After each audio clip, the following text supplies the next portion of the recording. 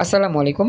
Quantum স্বপ্নি platform HSC পদার্থবিজ্ঞান প্রথম পত্র পর্যাবৃত্ত গতি এই স্পেশাল অধ্যায়ে রিভিশন এবং টার্গেট ব্যাচে আজকে আমাদের স্পেশাল 2 নাম্বার লেকচার। তো আমরা আজকে এই স্পেশাল 2 নাম্বার লেকচারে আমরা যশোর বোর্ড 2023 সালে আসা একটা প্রবলেম সলভ করি। তো এখানে আমাদের একটা চিত্র দেওয়া আছে। চিত্রের মধ্যে এখানে একটা বিন্দু দেওয়া আছে, এটা হচ্ছে আমাদের রশ্মি আর এটা হচ্ছে গোল বব। এটা যদি আমি ছেড়ে দিই উপর থেকে এভাবে নিচে, তাহলে এরকম দুলতে থাকে, যায় আসে যায় আসে যায় আসে। আর আমার এই যে ও থেকে এটাকে বলা হয় সাম্যাবস্থা, আর ও থেকে সি এটা হচ্ছে একটু উপরের অবস্থা, আর ও থেকে বি হচ্ছে আরেকটু উপরের অবস্থা। তো আমাদের এই যে ও থেকে সি এই অংশটা সাম্যাবস্থার সাথে একটা কোণ তৈরি করে, সে কোণটা হচ্ছে 10 ডিগ্রি দিয়ে দিয়েছে। আর ও থেকে বি সাম্যাবস্থার সাথে আরেকটা কোণ তৈরি করে 20 ডিগ্রি, এটা দিয়ে দিয়েছে। কথা কি বুঝতে পারছো এতটুকু?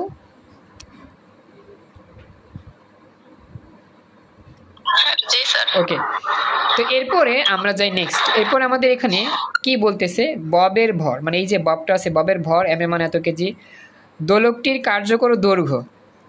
কার্যকর দৈর্ঘ্য বলতে কি বোঝায়, কোন রাশির মান বলতে বোঝায় মনে আছে?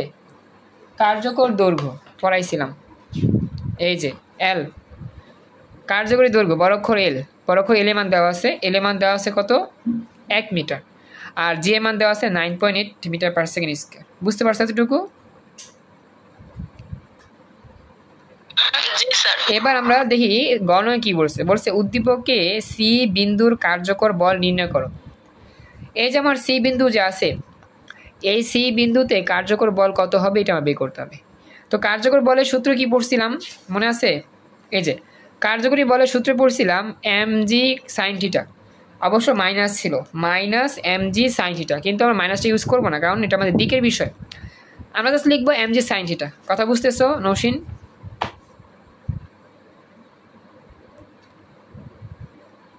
কথা বলো। তো আমি লিখে ফেলি। তো আমাদের এখানে চিত্রটাকে যদি আমি করি, কম্প্রোমাইজ করি, আচ্ছা একটা কাজ করতে হবে। হ্যাঁ, আমাদের যদি এখানে সি পয়েন্টে কার্যকর বল বের করতে বলে, অবশ্যই আমার এম জি সাইন থিটা কোণের মান লাগবে। এম এর মান দেওয়া আছে, কোণের মান কত হবে বলতে পারবা এই এই সি বিন্দুর জন্য?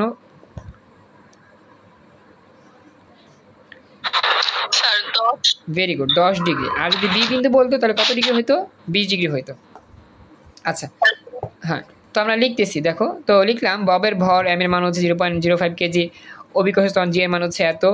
আর আমরা এখানে যদি লিখি আমাদের কার্যকরী বলটা হবে F equal to M G sine theta, M এর মান দেওয়া আছে, জি এর মান জানি, আর কোণের মান তো 10 ডিগ্রি।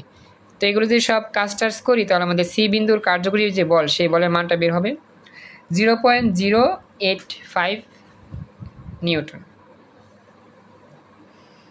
দেখো তো বুঝতে পারলা কিনা অঙ্কটা?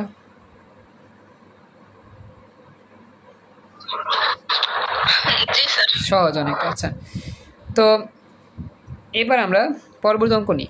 এটা যে গহ নাম্বার, এই গহ নাম্বারটা একটু বিশাল বড়, তো এটা ক্যালকুলেশনটা বড়, এটা ঝামেলার অঙ্ক। তো ওই টপিক এখন আমি পড়াইনি, যেটা গহ নাম্বার। হ্যাঁ, যেই সূত্রগুলো পড়াইছি সেগুলো দিয়ে করা দিচ্ছি। তো এখন আমরা যাই নেক্সট পরবর্তী অংশে। তো আমাদের এখানে পরবর্তী যে প্রশ্নটা, এটা আমাদের কুমিল্লা বোর্ড 23 সালে আসা প্রশ্ন। এটা গণং করাইছিলাম, গহনংটা করাই নেই, আজকে আমরা গহনংটা করব। বলতেছে পদার্থবিজ্ঞান ল্যাবে ব্যবহৃত একটি সেকেন্ড দোলকের গ্রীষ্মকালে দৈর্ঘ্য বৃদ্ধি পাওয়ায় দোলনকাল 2.1 সেকেন্ড হয়। সঠিক সময় পাওয়ার জন্য একজন ছাত্র এর দৈর্ঘ্য 2% কমিয়ে দেয়। জি এর মান দেওয়া আছে এত। আমাদের বলতেছে উদ্দীপকের আলোকে ছাত্রটি সফল হবে কিনা ব্যাখ্যা করো। এখানে ছাত্রটা কি করছিল আসলে? ছাত্রটা বলতে চাচ্ছিল যে সময়টা সঠিক হবে। একটা সেকেন্ড দোলক এর পর্যায়কাল কত সেকেন্ড বলো তো? সেকেন্ড দোলকের পর্যায়কাল কত সেকেন্ড?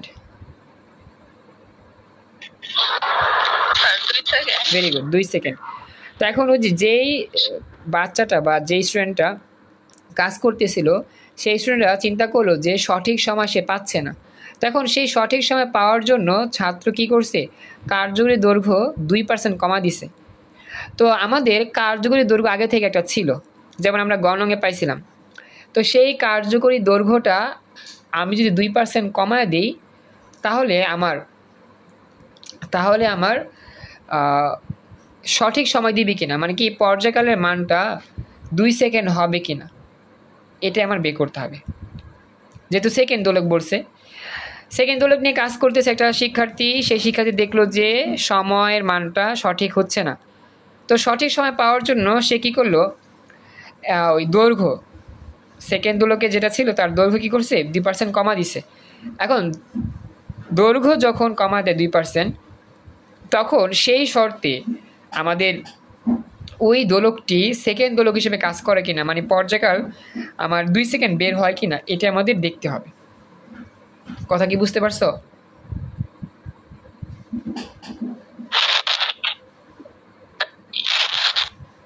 নৌশিন একটু কথা বলো, বুঝতে পারছো প্রশ্নটা? আচ্ছা, এবার তাহলে আমি শুরু করি। তো আমাদের এটাই হচ্ছে গিয়ে প্রথমে আমরা বের করব যে আমাদের এটা বলছে স্বাভাবিক অবস্থায় কার্যকরী দৈর্ঘ্য। স্বাভাবিক অবস্থায় কার্যকরী দৈর্ঘ্য, তো আমাদের এখানে স্বাভাবিক অবস্থাটা না, আমাদের এখানে দোলনকাল হচ্ছে 2.1 সেকেন্ড। এই ক্ষেত্রে আমরা কার্যকরী দৈর্ঘ্যটা বের করব। আমাদের গণকে বলছে স্বাভাবিক অবস্থায় কার্যকরী দৈর্ঘ্য, মানে যখন সেকেন্ড দোলকটা 2 সেকেন্ড থাকে সেই অবস্থায় কার্যকরী দৈর্ঘ্য কত। কিন্তু আমাদের এইখানে দোলনকালটা হচ্ছে 2.1 সেকেন্ড। এখন এই 2.1 সেকেন্ড শর্তে আমাদের প্রাথমিক অবস্থায় কার্যকরী দৈর্ঘ্য কত ছিল সেটাকে বের করব। তারপরে সেই কার্যকরী দৈর্ঘ্যের মানটা 2% কমা দিব। তারপরে দেখব যে 2% কমা দিলে টি এর মানটা 2 সেকেন্ড আসলে আসে কিনা। তার মানে আমাদের প্রথমে বের করতে হবে আমাদের 2.1 সেকেন্ড দোলনকাল যখন ছিল সেই মুহূর্তে দোলকটির দৈর্ঘ্য, মানে কার্যকরী দৈর্ঘ্য কত ছিল, এর মান বের করতে হবে। আমার কথা কি বুঝতে পারছো?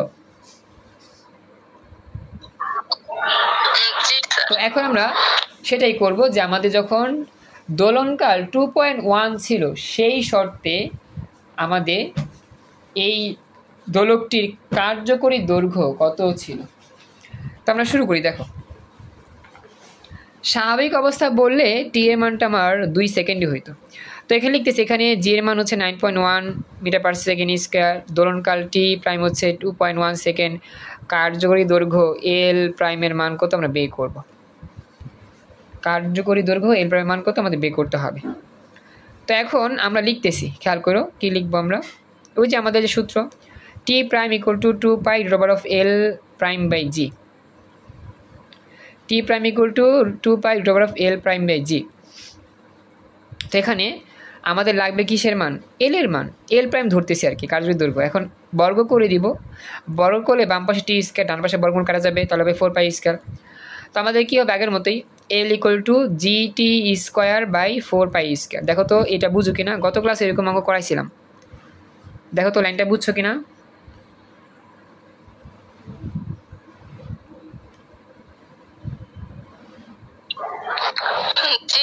আচ্ছা, এরপরে মান বসা দিই, জি এর মান, টি এর মান 2.1 সেকেন্ড, এইগুলো মানটা বসা দিলাম। দেখলাম যে আসলে আমাদের দৈর্ঘ্যের মানটা বের হয়, কার্যকরী দৈর্ঘ্যের মানটা বের হয় 1.09584 মিটার। মনে রাখবা এই ক্ষেত্রে যত অঙ্ক আসবে ক্যালকুলেটরে যত মান আসবে ততই বসাবা, এক বেশিও বসাবা না, কমও বসাবা না, কারণ এই অধ্যায়ে মানগুলো কিন্তু অনেক ফ্রিকশন হয়। ফ্রিকশন বলতে অনেক কাছাকাছি হয়, একটু মান চেঞ্জ হয়ে গেলে পুরো মান চেঞ্জ হয়ে যায়।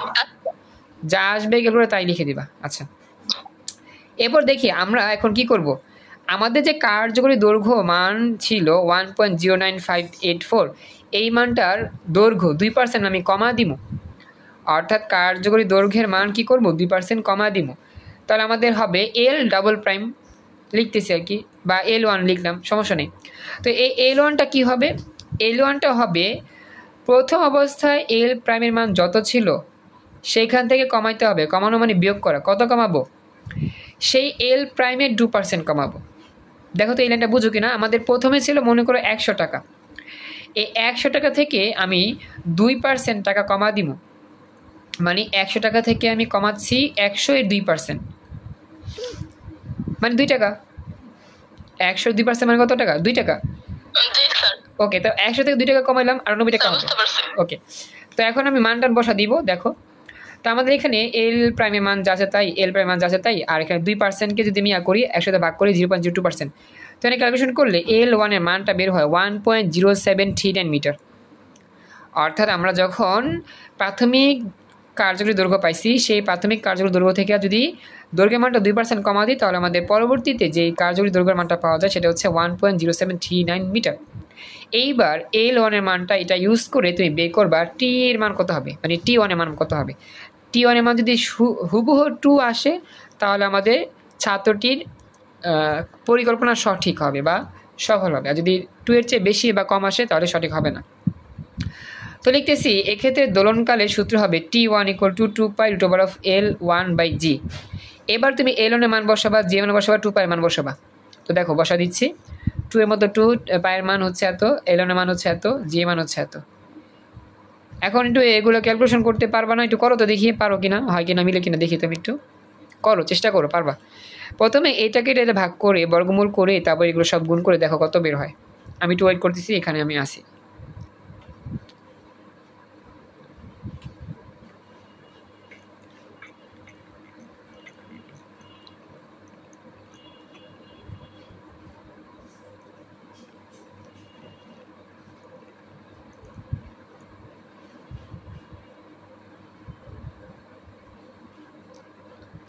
তোমার যদি বের হয়ে যায় সমাধান, আমাকে জানাও কত বের হয়েছে।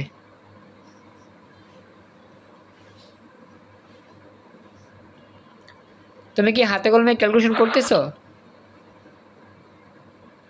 জি স্যার, 2.07887464। ভেরি গুড, আচ্ছা ঠিক আছে। তো 2.0789 এত সেকেন্ড। তো এটা কি আমার সত্যি সত্যি 2 হয়েছে? 2 একটু বেশি হয়ে গেছে না? বেশি হয়ে গেছে। তো লিখবো যে আসলে আমাদের T1 এর মানটা হুবহু 2 আসে না, একটু বেশি হয়ে গেছে। অর্থাৎ আমরা কি লিখব, যে কার্যকরী দৈর্ঘ্য 2% কমালেও ছাত্রটি সঠিক সময় পাবে না, এটাই উত্তর। তো দেখো তো অঙ্কটা পুরোপুরি বুঝতে পারলা কিনা? জি স্যার। ওকে, তাহলে এটা আমার কমপ্লিট। নেক্সট আমরা যাচ্ছি পরবর্তী। তো আজকে আমি যতটুকু পড়াই বাসা তুমি এইরকম প্রশ্নগুলো সলভ করবা। হ্যাঁ, তুমি যদি সলভ না করো তাহলে কিন্তু এগুলো পরে আর পারবা না। আমি তো গত ক্লাসে করাইছি, তো আচ্ছা আজকে তো আমি করার চেষ্টা করলাম, এখন তুমি চেষ্টা করবা বাকিটা। আচ্ছা দেখি পরবর্তী প্রশ্ন নিয়ে হাজির হই আমি। তো একটু ওয়েট করো, আমি বের করতেছি। হ্যাঁ,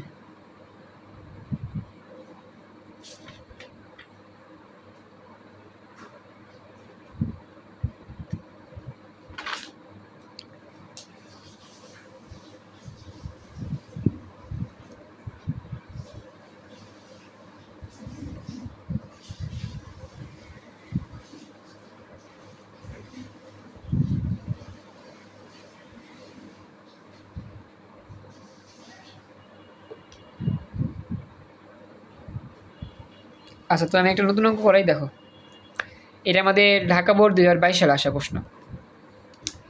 এখানে আমাদের স্প্রিং দিয়ে একটা প্রশ্ন আছে। স্প্রিং, এটা হচ্ছে 1 নাম্বার চিত্র, এটা হচ্ছে 2 নাম্বার চিত্র, এটা হচ্ছে 3 নাম্বার চিত্র। এটা আমি বুঝাই, একটু খেয়াল করো।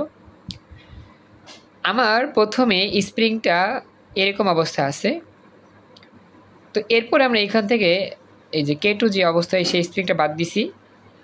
আর 3 নম্বর যে কাজটা করছি, এখানে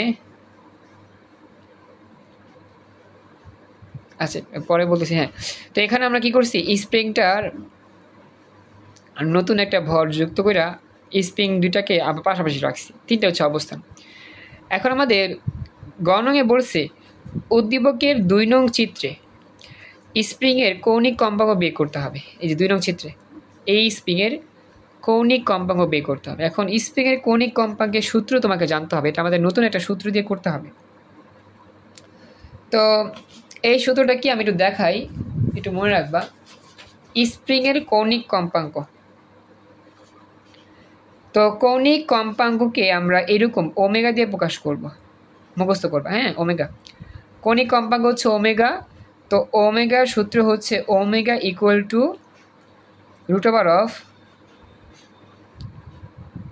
√k divided by m। Omega equal to √k divided by m। মনে থাকবে, omega equal to root over of K divide by M, যেখানে কে হচ্ছে বল ধ্রুবক, এই যে দেওয়া আছে বল ধ্রুবকের মানে, যে কে ওয়ানের মান এত, কে টুর মান এত, এগুলো দেওয়া থাকবে। স্প্রিংয়ের বল ধ্রুবক, আর এই এম বলতে বোঝায় স্প্রিংয়ের ভর, স্প্রিংটার ওজন কত। বুঝছো কথা যা বলছি? জি স্যার। তো চল আমরা এখন যাই আমাদের সমাধানটা দেখি। তো আমাদের এখানে 2 নং স্প্রিং নিয়ে কাজ করতেছি। তো 2 নং স্প্রিংয়ের K2 এর মান, মানে স্প্রিং ধ্রুবকের মান দেওয়া আছে 2000 নিউটন। 2 নং স্প্রিংয়ের যে ভর, সেই ভরটার মান কত আমরা দেখি। 2 নং স্প্রিংয়ের ভর দেওয়া আছে কি আমাদের দেওয়া আছে, একটা হচ্ছে তোমার 4.5 কেজি, আর একটা হচ্ছে কি এম প্রাইম ভরের বস্তুর সাথে যুক্ত করা হয়েছে। আচ্ছা এম, এই যে এম, এইখানে এমটাই হচ্ছে ভর, স্প্রিংয়ের ভর 4.5 কেজি। কথা বুঝছো? কথা বললো একটু। জি স্যার। এরপরে আমরা যাই আমাদের উত্তরে। দেখো তো এখানে 2 নং স্প্রিং চিত্রের জন্য আমার বল ধ্রুবক K2 এর মান 2000 নিউটন পার মিটার, আর এম এর মান হচ্ছে 4.5 কেজি। কণিক কম্পাঙ্ক ওমেগার মান কত? তো omega equal to root over of K by M, K এর মান হচ্ছে 2000, এম এর মান তো হচ্ছে দেওয়া আছে জাস্ট তাই। তো এখানে যদি ভাগটা করে দিই তাহলে উত্তর আসবে কত? উত্তর আসবে 21.082 রেডিয়ান পার সেকেন্ড। মনে রাখবা আমাদের কৌণিক কম্পাঙ্ক বললে কম্পাঙ্কের যেই একক সেটা আমরা জানি হার্জ বা পার সেকেন্ড। যেহেতু বলছে কৌণিক, কৌণিক মানে হচ্ছে রেডিয়ান। খেয়াল রাখবা কৌণিক বললেই সবসময় রেডিয়ান এককে প্রকাশ করতে হয়। মন থাকবে কথাটা? কথা বলো। জি স্যার। তো এইভাবে আমরা, হ্যাঁ, তো এইভাবে আমার করতে হবে, কৌণিক বলেই আমাদের রেডিয়ানে প্রকাশ করতে হবে। ব্যাস, তো এটা হচ্ছে আমার অঙ্ক। তো আশা করি অঙ্কটা বুঝছো। তো এবার আমরা যাই নেক্সট, পরবর্তী প্রশ্ন। তো এটা একটা খুবই স্পেশাল, খুবই সুন্দর একটা প্রশ্ন। এটার গ নংটা করাইছিলাম, মানে গ নংয়ের মতো একটা অঙ্ক করাইছিলাম, এটা বাদ দিয়ে আমরা গ নংটা আজকে করব। রাজশাহী বোর্ড 22 সালে আসা প্রশ্ন। তো এখানে বলতেছে যে 2টি সেকেন্ড দোলকের ববের ভর দেওয়া আছে এত এত। রায়হান ও পাভেল পৃথকভাবে দোলক দুটিকে 2 সেন্টিমিটার বিস্তারে দুলতে দিল। রায়হান মন্তব্য করলো তার দোলকটি বেশি শক্তি অর্জন করবে। আচ্ছা, এখন দোলকের শক্তির একটা সূত্র আমি মনে হয় পড়াইছিলাম কিনা দেখি, না পড়লে এখন দেখা দিই, খেয়াল করবা। দোলকের গতিশক্তি বা শক্তির বেগ একটা সূত্র আছে, সূত্রটা মনে হয় পড়াইছিলাম কোন একটা ক্লাসে। দাঁড়াও, হ্যাঁ পড়াইছিলাম, এই যে এটা। দোলকের শক্তিকে ই দিয়ে প্রকাশ করা হয়, সূত্র হচ্ছে E equal to half K A square, half K A square, যেখানে এ হচ্ছে বিস্তার আর কে হচ্ছে বল ধ্রুবক। আমরা আজকে এই অঙ্কের সূত্র করতেছি, এই সূত্র অঙ্ক করতেছি। কথা বুঝছো নৌসিন? জি স্যার। তো আমরা এই সূত্র দিয়ে অঙ্ক করবো। হ্যাঁ, তো আমাদের দুইটা, কিন্তু একটা হচ্ছে রায়হানের দোলক, একটা হচ্ছে পাভেলের দোলক।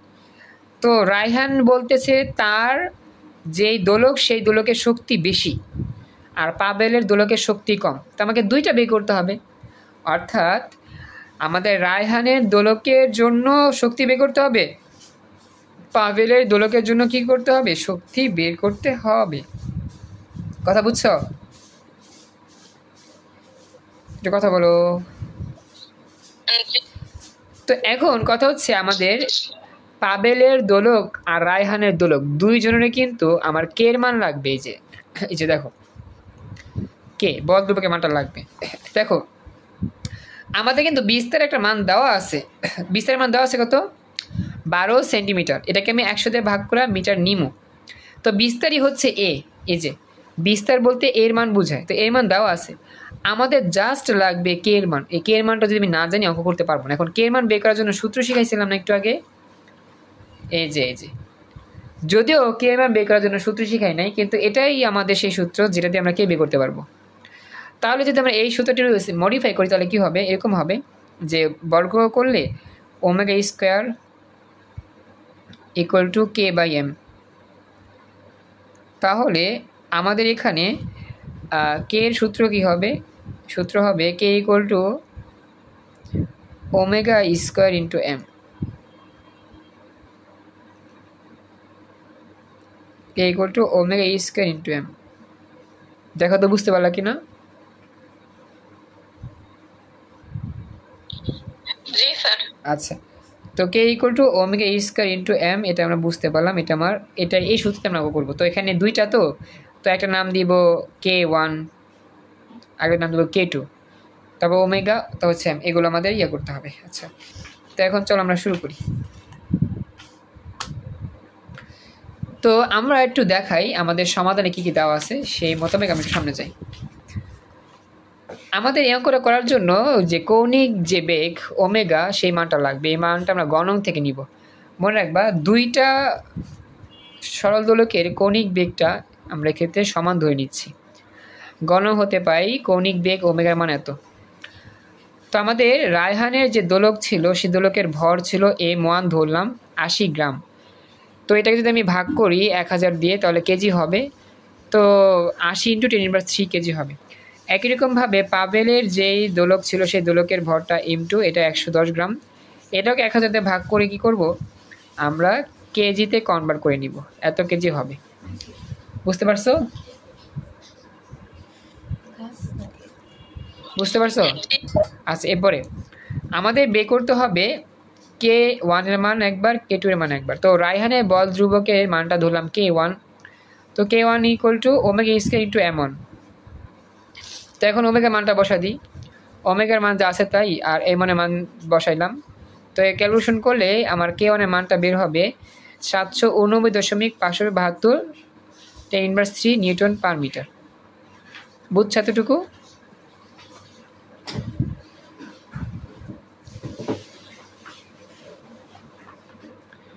নওশিন কথা বললো, বুঝতে পারছো? জি স্যার। আচ্ছা, এবার K2, পাবেলের দোলকের ধ্রুবকের K2 equal to omega square M2। মানটা আমরা যদি বসা দিই, তাহলে K2 এর মান পাবো হচ্ছে 1085 দশমিক সামথিং। শেষ। তো চলো, K1 পাইছি, K2ও পাইছি। এবার আমরা কি করব, উভয় দোলকের বিস্তার কিন্তু সেম হবে, দেওয়া আছে 12 সেন্টিমিটার বা 100 দিয়ে ভাগ করা 0.12 মিটার নিলাম। তো এবার লিখবো রায়হানের দোলকের গতিশক্তি E1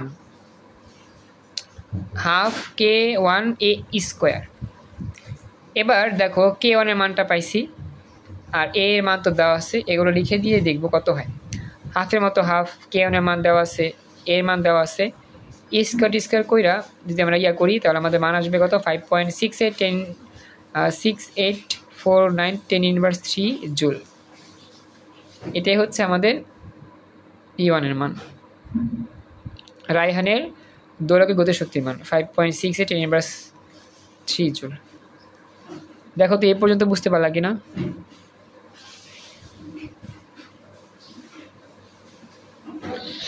জি স্যার। এবার E2 বের করি। E2 ক্ষেত্রে কি হবে, হাফ K2 A স্কয়ার। পাবেলের দোলকের শক্তি হাফ K2 A স্কয়ার। তো এখানে মান টান বসা দিই, হাফ K2 এর মান, তারপরে সে মান বসা দিলাম। তো এই যে ক্যালকুলেশন করলাম, কত হবে 7.8167 10⁻³ জুল। এখন দেখো তো কারটা বেশি কারটা কম। পাবেল। পাবেলেরটা, হ্যাঁ ভেরি গুড, পাবেলেরটাই বেশি আর কি রায়হানেরটা কম। এখন রায়হানের মন্তব্য কি সঠিক হয়েছে?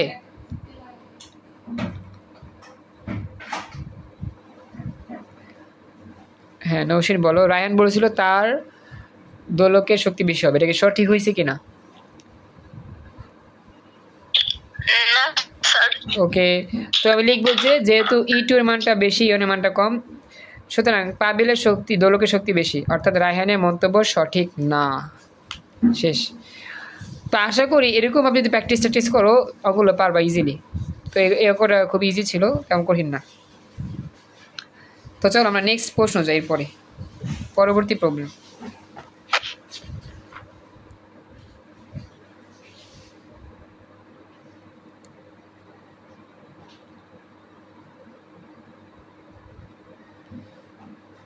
একটু ওয়েট করো, বের করতেছি। এই যে অঙ্কটা আমরা করি এখন। চট্টগ্রাম বোর্ড 22 সাল আসা প্রশ্ন। তো বলতেছে একটি সেকেন্ড দোলক ভূপৃষ্ঠে সঠিক সময় দেয়, মানে ভূপৃষ্ঠে তার দোলনকাল হচ্ছে 2 সেকেন্ড। দোলকটিকে একবার ভূপৃষ্ঠ হতে 100 কিলোমিটার গভীর একটি বিন্দু এতে নিয়ে যাওয়া হলো, আবার ভূপৃষ্ঠ হতে 100 কিলোমিটার উপরে আরেকটা বিন্দু বিতে নেওয়া হলো, মানে মাটি থেকে 100 মিটার গভীরে নেওয়া হয়েছে, 100 কিলোমিটার গভীরে নেওয়া হয়েছে, আবার সেই মাটি থেকে 100 কিলোমিটার আকাশে নেওয়া হয়েছে। কথা বুঝছো এতটুকু? জি স্যার। তো বলতেছে দোলনকাল পর্যবেক্ষণ করে দেখা গেল উভয় স্থানই দোলক ঘড়িটি ধীরে চলে, দুই জায়গাতে কি চলে, ঘড়িটা ধীরে চলে, আস্তে আস্তে চলে। পৃথিবীর ব্যাসার্ধ মান দেওয়া আছে, যে মান দেওয়া আছে ভূপৃষ্ঠে। এবার আমাদের গণকে বলছে উদ্দীপকের দোলকটির সুতার দৈর্ঘ্যের মান যদি 99 সেন্টিমিটার হয় তাহলে ববের ব্যাসার্ধ কত। এই যে উদ্দীপকের যে আমার দোলকটা আছে সেই দোলকের সুতার দৈর্ঘ্য যদি হয় 99 সেন্টিমিটার, তাহলে ববের যে ব্যাসার্ধ সেই ব্যাসার্ধের মান কত আমাদের বের করতে হবে। এখন ববের ব্যাসার্ধ যদি বের করতে চাই আমাদের সূত্র লাগবে। তো আমরা কিন্তু সূত্র পড়ছিলাম, আমাদের কার্যকরী দৈর্ঘ্যের মধ্যেই এই সূত্রটা আছে, ববের ব্যাসার্ধর সূত্রটা আছে। দেখো এই যে আমরা কিন্তু এই যে এই সূত্রটা পড়ছিলাম, দেখছিলাম আগে থেকে যে কার্যকরী দৈর্ঘ্যের একটা সূত্র ছিল এল ইকুয়াল টু ছোট অক্ষর এল প্লাস বড় অক্ষর আর। তো এখানে এই ছোট অক্ষর আর, এই ছোট অক্ষর আরই হচ্ছে ববের ব্যাসার্ধ, এই মানটাই আমাদের বের করতে হবে। কথা কি বুঝতে পারছো নৌসিন?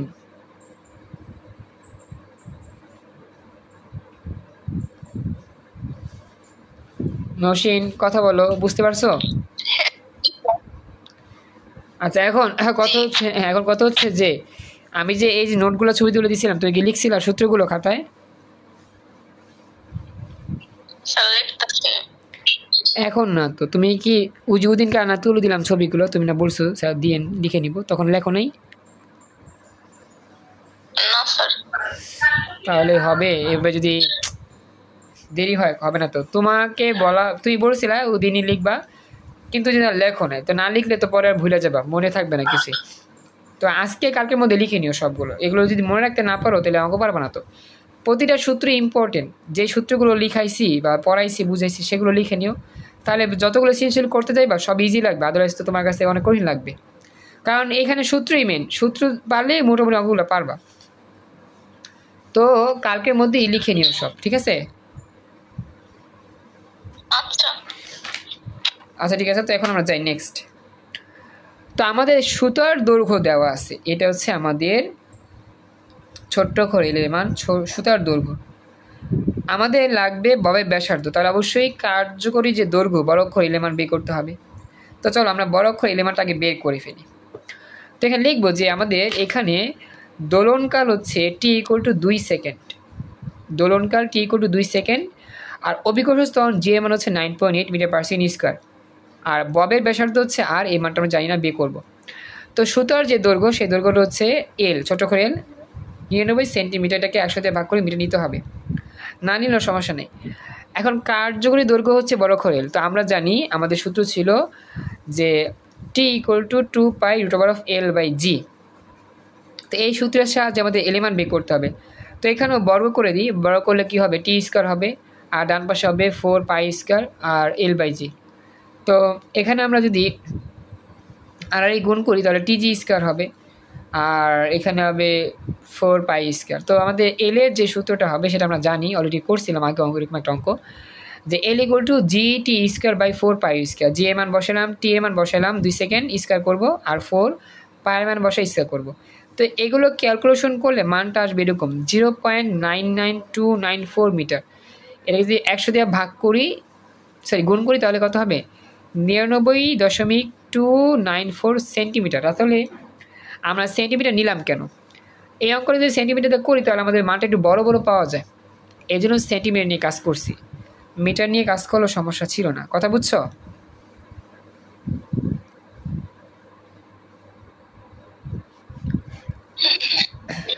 আচ্ছা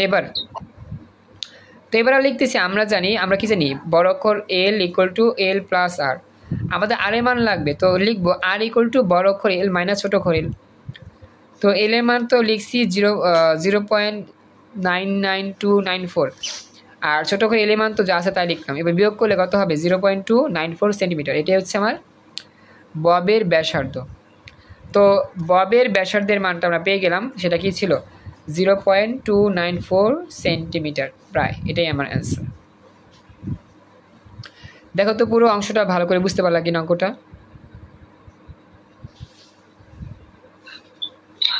জি স্যার। আচ্ছা, তো আজকে আর আমি সময় পাচ্ছি না, আজকে এতটুকু রাখলাম।